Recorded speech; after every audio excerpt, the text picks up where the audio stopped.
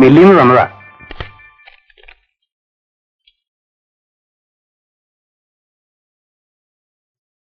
പണം വേണമല്ലേ? നാളെ തരാം.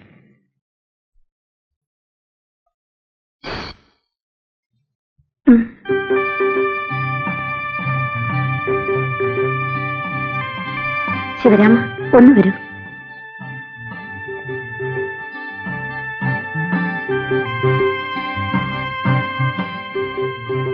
എന്താ വേണ്ടേ? ഇതിന്റെ പുറത്ത് അളന്ന് ഒന്നെടുത്തു തരൂ. എന്താ കൊച്ചമ്മേ? അല്ലെങ്കിൽ വേണ്ട, ഞാൻ എടുത്തോളാം. ഇതൊന്ന് പിടിച്ചു തരൂ.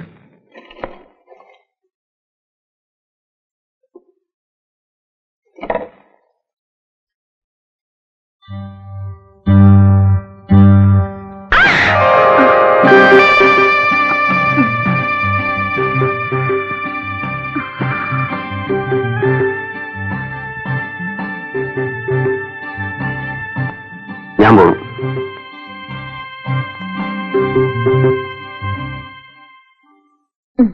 നടി, എന്തിനാടി ഇത്രയും വില കൂടിയതൊക്കെ മേടിച്ചത്? അവൾ എടുത്തോട്ടമ്മേ, ഇൻസ്റ്റിറ്റ്യൂട്ടിൽ പോകുന്നല്ലേ. അമ്മയ്ക്ക് എണ്ണ കടമൊക്കെ കൊടുത്തു വീട്ടിട്ട് ബാക്കിക്ക് അരി എന്തെങ്കിലുമൊക്കെ വാങ്ങിച്ചു വെച്ചേക്ക്. അല്ലെങ്കിൽ അച്ഛൻ കൊണ്ട് കുടിച്ചു കളയും. ഇപ്പൊ അച്ഛന് കുടിയില്ല പിടിയില്ല. മോള് പോയതിനു ശേഷം പണ്ടത്തെ പിന്നത്തെ ദാരിദ്ര്യം. അച്ഛനൊന്നും ഇല്ലേടി മോളെ. ഒരു ₹2 ആടി കള്ളു കുടിക്കാനായിട്ട് വാ കഴിക്കുന്നു.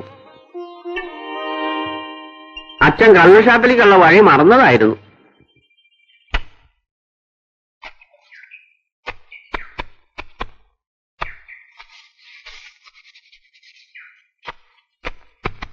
സാവിത്രി, നീ എപ്പോഴാ പോകുന്നത്? നാളെ രാവിലെ പോണം.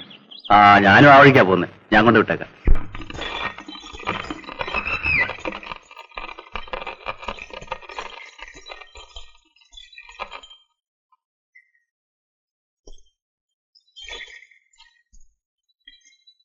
ഞാൻ പോട്ടെ.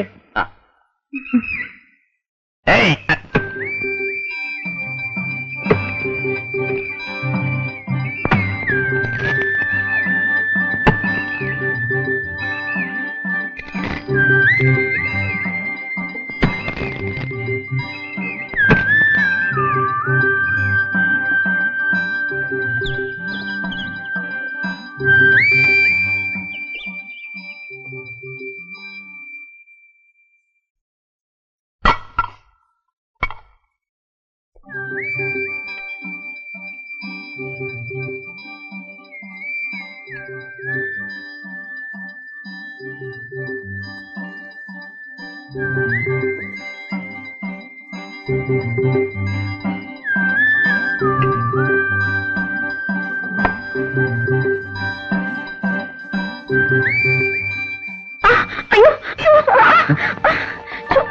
എന്താ കൊച്ചമ്മേ?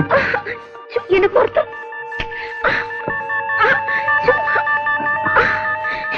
ഒന്ന് നോക്കൂ. ഒന്ന് കൈയിട്ട് നോക്കൂ. ഒന്ന് കൈയിട്ട് നോക്കിക്കേ. ഇവിടെ ഇവിടെ.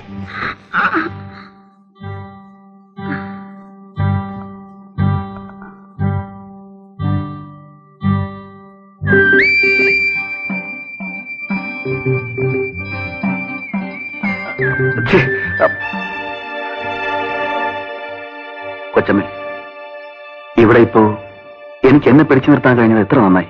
ശിവരാമ, ഞാനൊരു സ്ത്രീയാണ്. എന്റെ ഭർത്താവിന് സുഖമില്ല.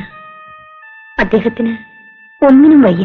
പെണ്ണുങ്ങൾക്ക് അവരുടെ ദൈവം ഭർത്താവാണ് കൊച്ചമ്മേ. ഞാനിവിടെ ജോലി ചെയ്ത് അദ്ദേഹം തരുന്ന പണം കൊണ്ടുകൂടിയാണ് ഞാൻ ജീവിക്കുന്നത്. ഉണ്ണുന്ന ചോറിന് ഒരിക്കലും ഞാൻ നന്ദിയോട് കാണിക്കില്ല. കൊച്ചമ്മേ, ഇനി ഒരിക്കലും ഞാൻ ഇങ്ങോട്ട് വരില്ല. ഞാൻ പോകുന്നു.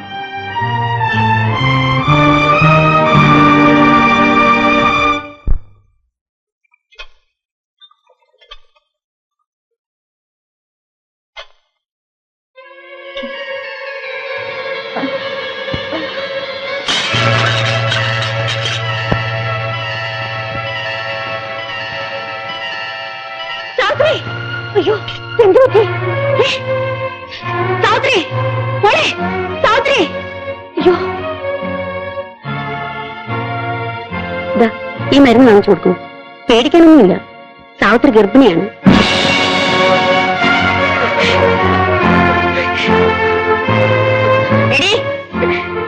ആരാണിത്? കരയുന്നു. ഇതിന്റെ ആളാരെന്നാ ചോദിച്ചത്? നിന്റെ തന്തയും തള്ളിയും ഒന്ന് ചോദിക്കുന്നു. ഞാൻ എന്ത് സമാധാനം പറയും? പറയേ, ആരായത്? നീ പറയില്ല ആരാന്ന്. നീ പറഞ്ഞില്ലെങ്കിൽ നിന്നെ ചവിട്ടി കൊന്ന് കുഴിച്ചുകൂടെ ഇവിടെ പറഞ്ഞേക്കാം. പറയാ.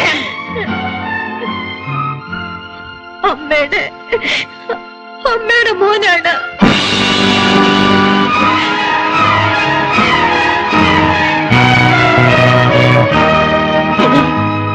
ഞാൻ നിന്നെ എന്റെ മോളെ പോലെയാണ് കരുതിയിരുന്നത്. ആ നീ എന്നോടിത് കാണിച്ചല്ലോടി. നല്ലവളാണെന്ന് വിചാരിച്ചാണ് നിന്നെ ഈ കുടുംബത്തിൽ ഞാൻ കയറ്റിയത്. എന്റെ കുടുംബത്തിന്റെ ആത്മാർത്ഥ നീ തകർത്താണല്ലോടി. ഇതിനേക്കാൾ എനിക്കല്പം വിഷം തന്നെ കൊന്നിട്ട് എന്റെ വീട്ടിൽ നിനക്കിത് ചെയ്യാമായിരുന്നു. എന്റെ പൊന്നുമോളെ, നിങ്ങൾക്കൊക്കെ സഹായമല്ലാതെ ഈ അമ്മ വേറെ ഒന്നും ചെയ്തിട്ടില്ല. ആ എന്നോട് വേണോ? എടാ, അവിടെ നില്ല. നീ എന്റെ മോനാണോടാ? എന്താടായി കണ്ടു? എന്താ അമ്മേ? എന്താ? എന്താണെന്നോ നിനക്കൊന്നും അറിഞ്ഞൂടാ അല്ലേ? എടാ, ഇവിടെ നിനക്കറിയാമോ? ഇവിടുത്തെ വേലക്കാരി പെണ്ണ്, ഇവളുടെ കുഞ്ഞിന്റെ അച്ഛൻ നീയാണെന്നാണ് ഇവള് പറയുന്നത്. വാസ്തവനോടാ? ആണെങ്കിൽ ഈ നിമിഷം ഇവിടെയും കൂടി പടിയിറങ്ങണം. അതാണ് ശരി. നിങ്ങൾ രണ്ടുപേരും ഒരുമിച്ച് വേണം ജീവിക്കാൻ. എടാ, നിനക്ക് ഈ കുടുംബത്തിന്റെ അന്തസ്സിനെ കുറിച്ച് ചിന്തിക്കാനുള്ള വകതില്ലാതെ പോയല്ലോടാ. ഇറങ്ങണ അവളെയും കൊണ്ട്.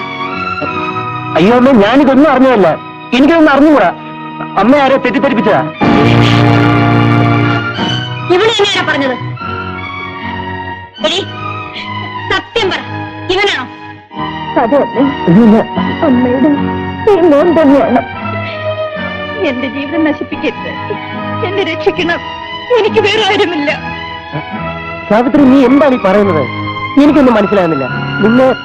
ഞാനോ? നിനക്ക് എവിടുന്ന ഒരു അബദ്ധം പറ്റി? ആരോ നിന്നെ ചായച്ചു? ആരാ? പറ. അവനെ കൊണ്ട് നിന്നെ ഞാൻ വിവാഹം കഴിപ്പിക്കാം. നീ വെറുതെ എന്തിനാ എന്റെ പേര് പറയുന്നത്? പാവം അമ്മയോട് അത് വിശ്വസിച്ചു. സാവിത്രി, നിന്നെ ഞാൻ ഇങ്ങനെയല്ല കരുതിയത്. അമ്മയ്ക്കിത് വരണം. പിടിച്ചു നിർത്തിക്ക് ഓരോന്നിനെ മോളെന്നും പറഞ്ഞോണ്ട് ഇപ്പൊ ചീത്ത പേര് എനിക്കായി. മതിയായല്ലോ. ഒന്നും പറയണ്ട പച്ചമ്മേ. ഇതിങ്ങനെയൊക്കെ സ്വഭാവമായത്. ഏതെങ്കിലും കൊള്ളാവുന്ന വീട്ടിൽ ഒരു വിലക്ക് നിൽക്കുക, എവിടെയെങ്കിലും പോയി ഇതുപോലെ ഒന്ന് സമ്പാദിച്ചു വരിക, എന്നിട്ട് തറവാട്ടിൽ പറഞ്ഞ പിള്ളേരെ തലയെ കെട്ടിവെക്കുക. സ്വത്തിനവകാശിയായല്ലോ. താൻ ഒന്നും പറയാനില്ല. അമ്മയ്ക്ക് ഇപ്പൊ ഇവളെ വിശ്വാസം. അമ്മ ഒരു കാര്യം ചെയ്യും, ഇവളെ പിടിച്ച് മരുമകളാക്കി ഇവിടെ ഇരുത്തിക്കോ. വല്ലവന്റെ കൊച്ചിനെ എന്നാ എനിക്ക് വയ്യ. ഞാൻ പോവാ.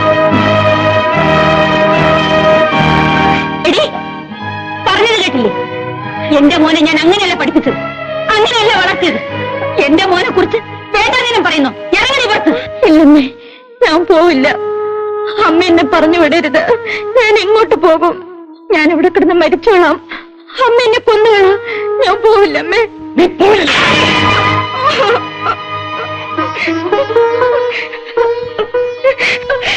എന്നെ ഉപേക്ഷിക്കരുത്, എന്നെ ഉപേക്ഷിക്കരുത്. പിള്ളേ, ഇവിടെ അയച്ചേക്കൂ.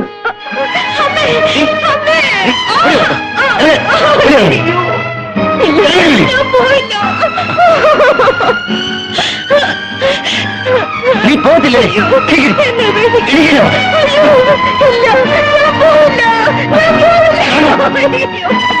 എനിക്ക്